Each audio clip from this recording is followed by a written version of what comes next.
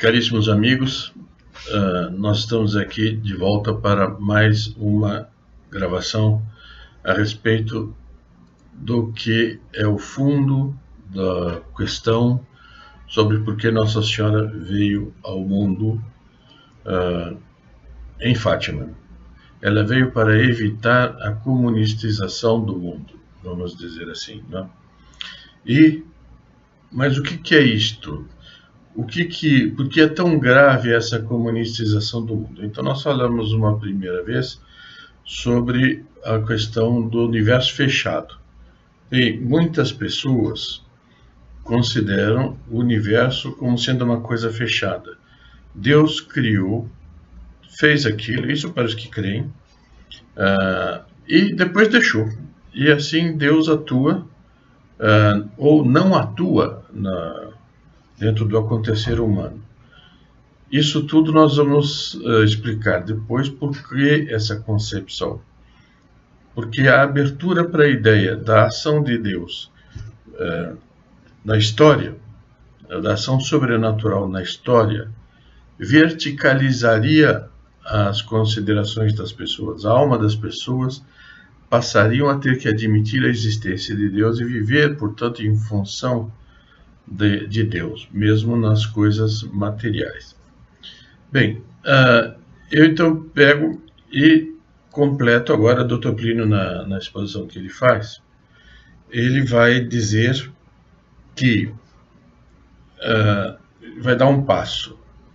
Então, se não existe universo fechado, se não é verdade que Deus abandonou o universo, porque simplesmente criou e abandonou, se não é verdade, então, afinal de contas, como é que são as relações do nosso mundo com Deus?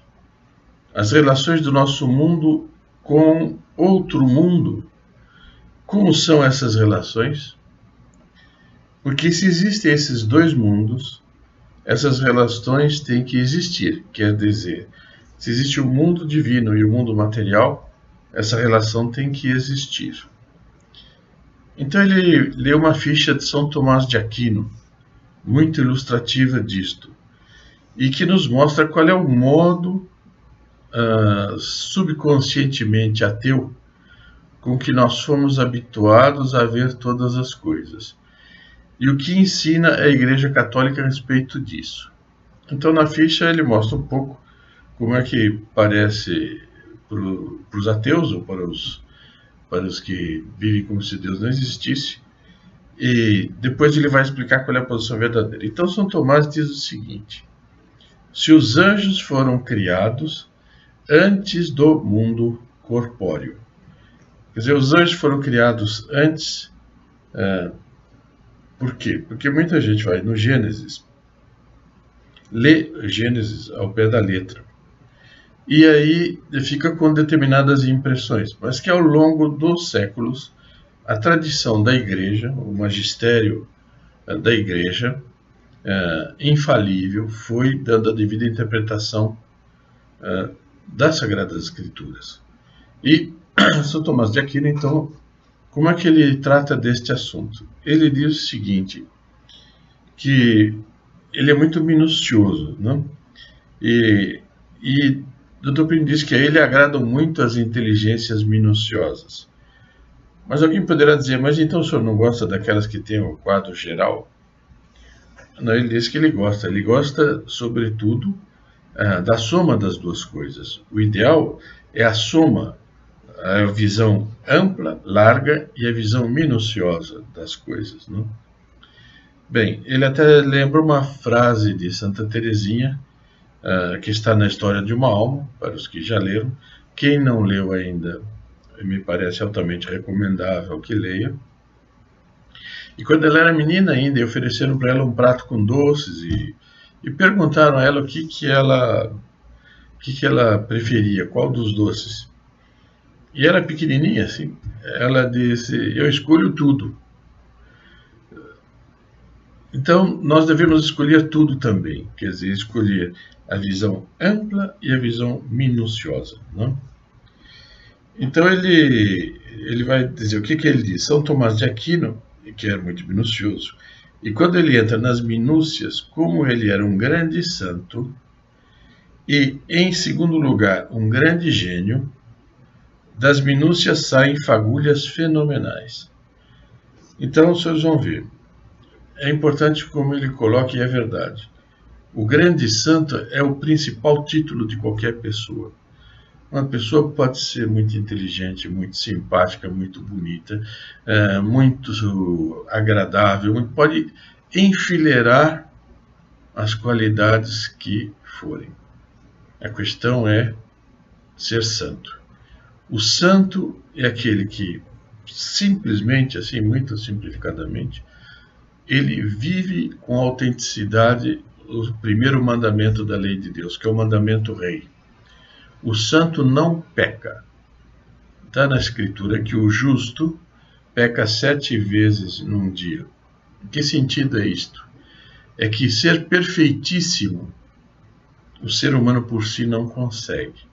E até a pessoa mais santa não cometerá pecado mortal e nem venial, mas cometerá imperfeições. Ele não conseguirá ficar sem cometer determinadas imperfeições. Então ele está sempre se aprimorando, aprimorando e aprimorando. Pois bem, então o que diz São Tomás? Ele vai dizer o seguinte, que quando é que foram criados os anjos? E ele diz, pura e simplesmente, que os anjos foram criados juntamente com os seres corpóreos. O ser humano foi criado depois, mas os anjos foram criados juntos com os seres corpóreos ao mesmo tempo. Por quê? Diz a ficha, sobre esse assunto de São Tomás, né? Sobre esse assunto, dupla é a opinião dos santos doutores, sendo mais provável a que ensina terem sido os anjos criados simultaneamente com a natureza corpórea. Eu insisto, como o Dr. Plínio diz, não simultaneamente com o homem, porque o homem foi criado depois da natureza corpórea. O homem foi um boneco de barro, no qual Deus criou a alma e etc. E agora, por que os anjos foram criados juntos? Pois os anjos fazem parte do universo. Lembro que isso colide de frente com essa ideia de que os anjos vivem à parte, que eles não conseguem, eles não têm papel na história dos homens. Ora, não é verdade, eles fazem parte do universo. Quer dizer, eles fazem parte do mesmo universo que nós. Não são dois universos que nunca se tocam e que nunca têm nada a ver um com o outro, como o ensino corrente insinua, mas são um só universo. Então, existe um só universo. Deus está acima do universo. Deus é extra-universo. O universo é a criação de Deus. Mas tudo que Deus criou está no mesmo universo. Portanto,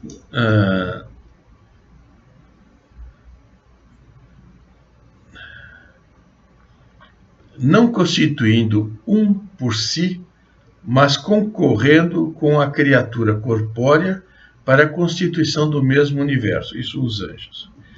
Portanto, é um só universo, e as criaturas corpóreas, essa bandeja, por exemplo, que ele estava ao lado dele, tinha uma bandeja, um objeto que estava lá, constitui um só universo com os mais altos anjos, os serafins que estão em pé diante de Deus e veem Deus face a face.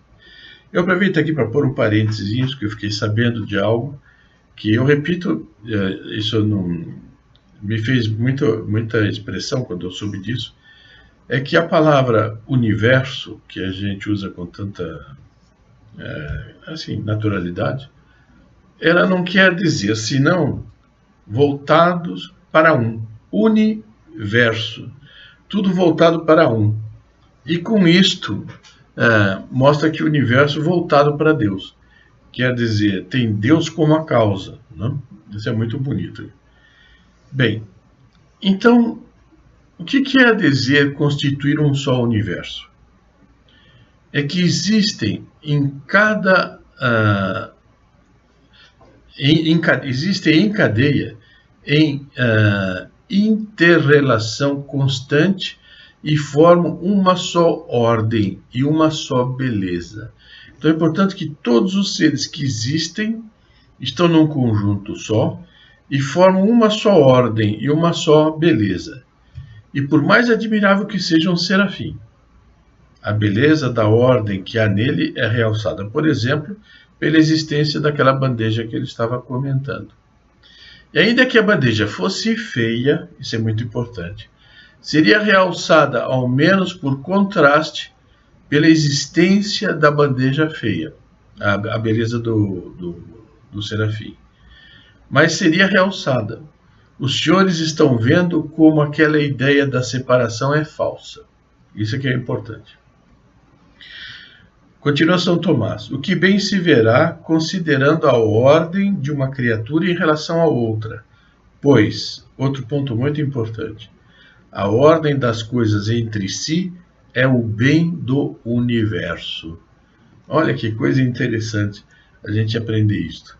Quer dizer, o indivíduo se dá conta do ponto de que constitui um só universo, tendo em consideração que toda criatura tem relação com outra criatura, e que a beleza do universo é a correlação de todos. Então, tudo aquilo existe, aquela correlação toda, isso forma a beleza do universo. Ora, a bandeja que ele estava comentando é uma criatura. O anjo é uma criatura. Logo, a melhor beleza não está nem no anjo, nem na bandeja, mas está na relação anjo-bandeja, que nos é difícil apanhar, mas que o olhar de Deus vê que encanta a Deus. Então, entender a relação do universo. Daí, essa ideia da contemplação, a ideia da contemplação. Se a pessoa não contemplar, ela não vai compreender o universo. É possível compreender a Deus? Sim, é possível não compreendê-lo inteiramente, mas ter uma ideia de Deus muito ampla através da contemplação e da análise dos estudos daqueles que já explicitaram grandes coisas sobre eles. Por exemplo, Santo Tomás de Aquino, que nós estamos vendo aqui. Ora, diz São Tomás, nenhuma parte do universo é perfeita separada do todo. Isto é, por exemplo, no rosto há pessoas que consideram o Apolo de Belvedere ou a Vênus de Milo como tendo rostos perfeitos. Então imagine o nariz do Apolo ou da Vênus, pintado ali naquela parede. Então ele diz, o nariz absoluto é um monstro absoluto. Quer dizer, se pintar só o nariz, isolado do rosto, ele é um monstro. Ele é muito bonito por causa do conjunto do rosto. Eu não sei se tinham se dado conta disso, mas um nariz decepado e jogado no chão, ninguém para e de dentro de uma batalha, vendo um nariz cortado, diz que lindo nariz. Não é possível, não vai. Ninguém vê um olho arrancado de alguém e que está no chão e diz que linda foi a cor desses olhos. Causa horror. É enquanto todo que isso é bonito. Enquanto se harmonizando, se relacionando. Ora, o raciocínio dele é esse. Se todas as coisas agora estão nessa relação, isso é São Tomás, o perfeito é que sempre tenham estado, porque a obra de Deus é perfeita. Logo, é perfeito que Deus tenha criado todos ao mesmo tempo. Então, nós chegamos à conclusão. Aliás, há 1000 outros lados e dados por onde isso se demonstra. Mas então chegamos à seguinte conclusão, que aliás a doutrina católica nos ensina que, por exemplo, a direção dos astros compete aos anjos. O governo dos astros compete aos anjos, que é a movimentação e direção de todo o céu material, compete aos anjos. É uma fábula. Imagina quantos milhões de astros tem no firmamento.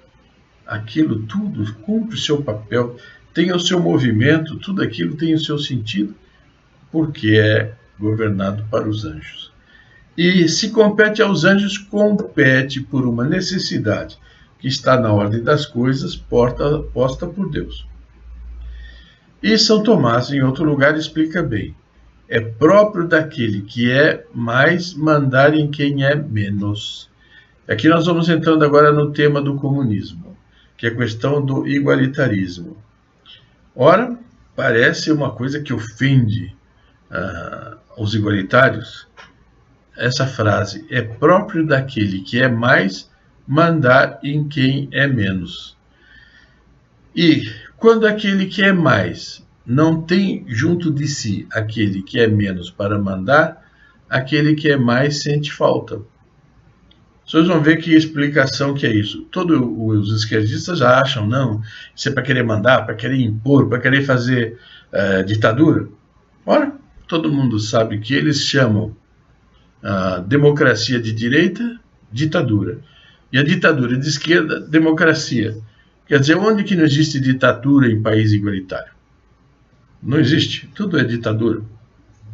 Portanto, eles aceitam um tipo de desigualdade que é diferente daquela que nós aceitamos. E depois nós vamos aprofundar. O importante aqui é saber que está na ordem do universo que alguns mandem nos outros. Isto é vontade de Deus. Então vamos lá. É próprio, por exemplo, de um professor ensinar. Quantos professores a gente consegue? Quantos conhece? É próprio dele ensinar. Se aposenta bruscamente o professor, ele sofre por falta de alunos.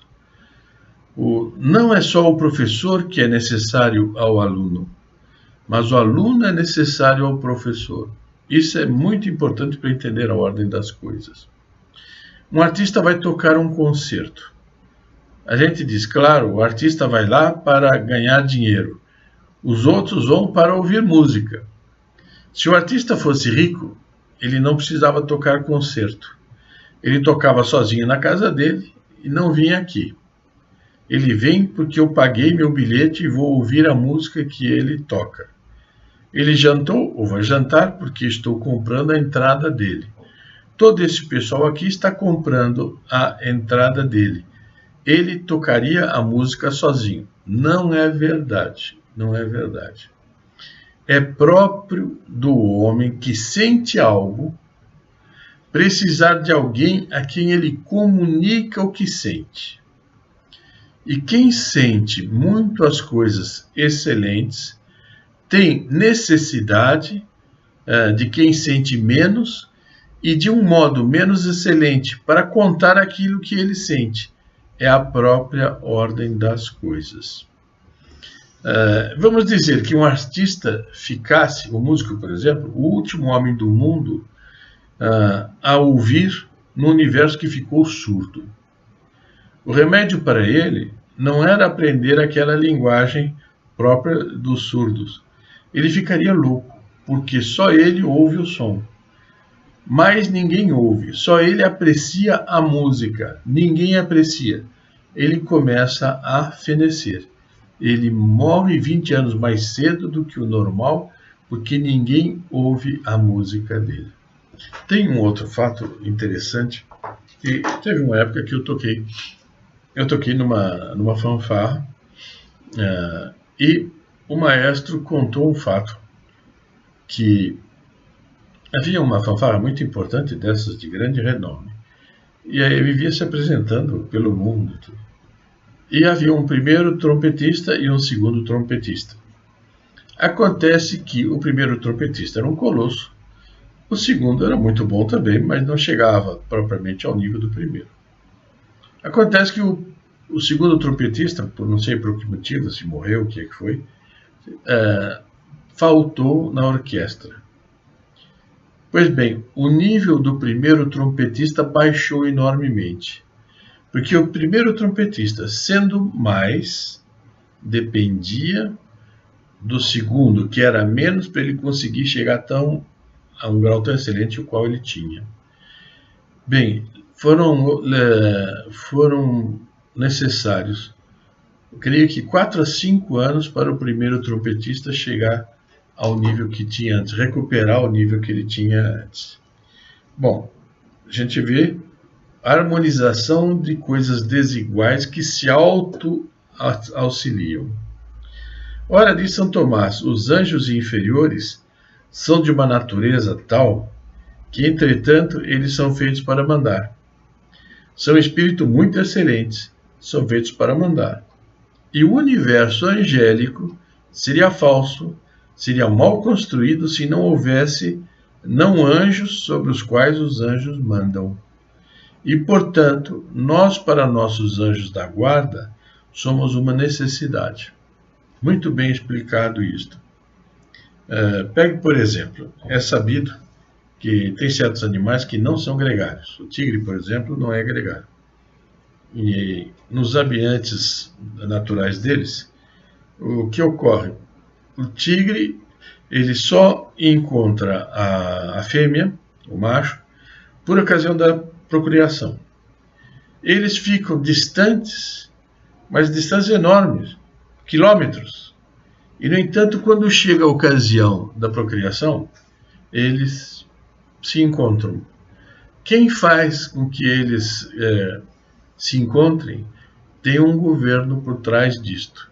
E assim um monte de outras coisas. Né? Agora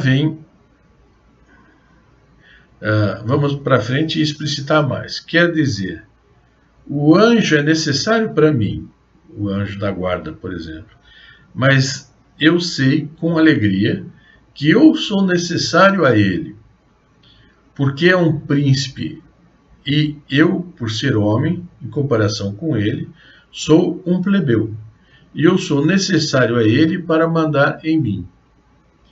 Isso se repete depois para os homens. Daí a ordem monárquica, que São Tomás dizia que era a mais perfeita. Mas faz parte da natureza humana ter seres vivos em quem mandar. O homem precisa da planta e do animal para mandar. Pegue, por exemplo, o pai de família. É evidente que, numa família bem constituída, existe uma hierarquia. E o governo da família, naturalmente, compete ao marido, ao pai. E a influência dele é boa sobre a esposa, os filhos, etc., é uma coisa indiscutível. Indiscutível. Ele vai representar para os filhos o exemplo de um monte de coisas, do herói, o exemplo do justo, o exemplo do honesto, mas tudo considerado de cima para baixo. E mesmo a mãe. A mãe vai representar, no fundo, o pai representa Nosso Senhor e a mãe representa Nossa Senhora. E a bondade da mãe, a paciência da mãe, a delicadeza da mãe, a firmeza da mãe, todas as qualidades da mãe, a criança também vai ver de cima para, como sendo de cima para baixo, vindo do alto para ela. Bem, e faz parte da natureza do animal uma necessidade de ter planta, já uma necessidade toda material, toda instintiva, não mais espiritual, que ele governe e que ele coma. Quer dizer, então o animal, ele está na natureza e ele tem o acesso aos vegetais, ele se alimenta dos vegetais. É próprio da natureza dele ser alimentado pelos vegetais. Bom, por outro lado, o auge da autoridade, que não vale para os humanos, mas vale para os animais, é se alimentar daquilo, devorar aquilo. Então, tem os animais que devoram vegetais, tem os animais que devoram outros animais. E, por exemplo, eu vi o caso de um médico que ele criou uma vez um leão só com vegetais. O leão não cresceu, o leão não desenvolveu, ficou minúsculo, ficou raquítico, que a natureza do animal pede que ele seja devorado pelos outros. É evidente que isso não vale para o ser humano, porque o ser humano é espiritual, é inteligente, tem alma, ele não deve ser devorado por nenhum por outro homem, absolutamente, por mais elevado que seja em situação. Mas ele simboliza que a natureza, o fato dos animais se servirem das plantas e tal, simboliza que Deus deve ser, como se diz, que o homem deve se servir dos inferiores. Bem, vamos continuar então a gravação. O que eu queria frisar bem é isto. Um homem, um ser humano, absolutamente não tem o menor direito de devorar outro ser humano. Está subentendido? Como se quer de matar. Por isso que o aborto e o assassinato são coisas absolutamente desqualificadas, né? Bem, agora, veja o seguinte. Veja a sabedoria de Deus. O mineral não precisa viver de outros seres. O mineral é mesmo o andar térreo do universo. E ali o universo se fecha bem no mineral, mas ele não tem vida. Não sei se consegui me exprimir com clareza. É muito bonita essa ordenação, diz o Dr. Plínio. Eu pego uma pedra, esses granitos, esses paralelepípedos que estão do lado de fora da calçada, que ele comentou, e que, se Deus quiser, quando a reunião acabar, nós vamos pisar neles. A gente pisa aquilo, é chão, nem presta atenção. Não compreende a beleza, enfim, não compreende a beleza que há no fecho. Pensar, a outra ponta do colar é Deus. Então eu piso no mineral e depois imagino, bom, eu estou pisando no mineral e em cima a última ponta é Deus, né? É muito bonita essa consideração. Vejam como nós devemos ter sempre uma postura admirativa de Deus e das coisas bonitas e relacionar as coisas com Deus. Se a pessoa é muito orgulhosa e vaidosa e egoísta, ela não pensa em Deus. Ela tem Deus como ente de razão. Mas no convívio dela com Deus é zero, ela é muito fraca. Então ele levanta isto. Cada um de nós é uma joia para que, vamos dizer, cada um de nós, se for fiel à graça, é uma joia dentro do universo. Poderíamos dizer, eu sou uma pedra preciosa intermediária nesse colar, que vai lá do mineral até Deus. E quando eu piso a pedra e tenho a ideia de pisar, porque quem sabe andar tem alegria de pisar. E é interessante a gente andando, né? Por exemplo, ele elogiava muito aquele sapateado espanhol, em que o espanhol bate o pé no chão, faz um sapateado muito característico dele, que aquilo é uma expressão do domínio dele sobre o chão. Então, que é própria de todo ser superior em relação ao inferior. Não por orgulho, megalice, para pisar, nada disso, mas por amor à boa ordem. Nós devemos amar a desigualdade que Deus colocou no universo por amor à boa ordem. Bom, já estamos no ponto em que eu vou fazer uma afirmação que é meio um parênteses, mas já vai facilitando os que estão assistindo tirar as conclusões. Quem não tem uma visão hierárquica do universo, quem não tem uma compreensão hierárquica, portanto, da ordem, não consegue ter uma ideia de Deus. E se ele não consegue ter uma ideia de Deus, ele não consegue amar a Deus. Porque o homem não ama o vácuo. O homem só ama aquilo que ele consegue chegar a conhecer, ou no caso concreto, Deus, a gente ter uma ideia dele. Porque Deus é inenarrável, é indescritivelmente belo para a nossa natureza conseguir dar a volta nele. Mas nós vamos crescendo na ideia que fazemos dele. E se não tiver esse espírito anti-igualitário neste sentido, ou seja, monárquico, eu não compreendo a Deus Nosso Senhor. Então diz, porque o ser intelectivo foi feito para ser mandado, mas não foi feito para ser pisado. Essa é uma coisa interessante, né? Mandado, o ser intelectivo gosta.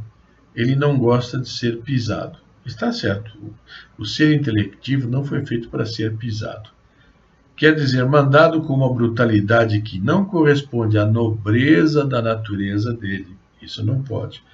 Mas mandado gosta.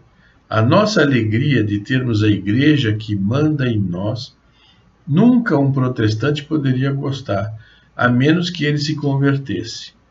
Mas para isso nós somos católicos. Nós gostamos que haja quem mande em nós. É a hierarquia. E um regime de igualdade inteira, é um regime que nós podemos dizer da inveja. Porque um não tolera um outro seja mais do que ele. Quando a pessoa não tolera que o outro seja superior a ele, ele é invejoso, não é? Então temos aqui uma doutrina do universo, o papel dos anjos mandando nos homens, e que, portanto, uma aula ou um conhecimento de ciências naturais acabaria sendo incompleto se não chegasse ao ponto em que, de algum modo, por assim dizer, e de algum modo percebesse o sinal digital do anjo sobre a matéria. É uma figura, claro. O anjo não tem dedo, não tem sinal digital. Entendam a metáfora. Isso seria belo, e o fulcrum, portanto, de um estudo assim. Aí até eu seria capaz de me interessar por ciências naturais, dizia o Dr. Plínio. Bom, então o homem tem que ser tal que ele deve ter a capacidade de compreender o sinal do que o anjo está agindo numa determinada coisa. Ele devia ser capaz de compreender isso. E seria como que identificar a digital do anjo nas manifestações do universo. Por aqui encerramos e até a próxima explicação. Com a ajuda de Nossa Senhora, haveremos chegar lá. Até logo. Salve Maria.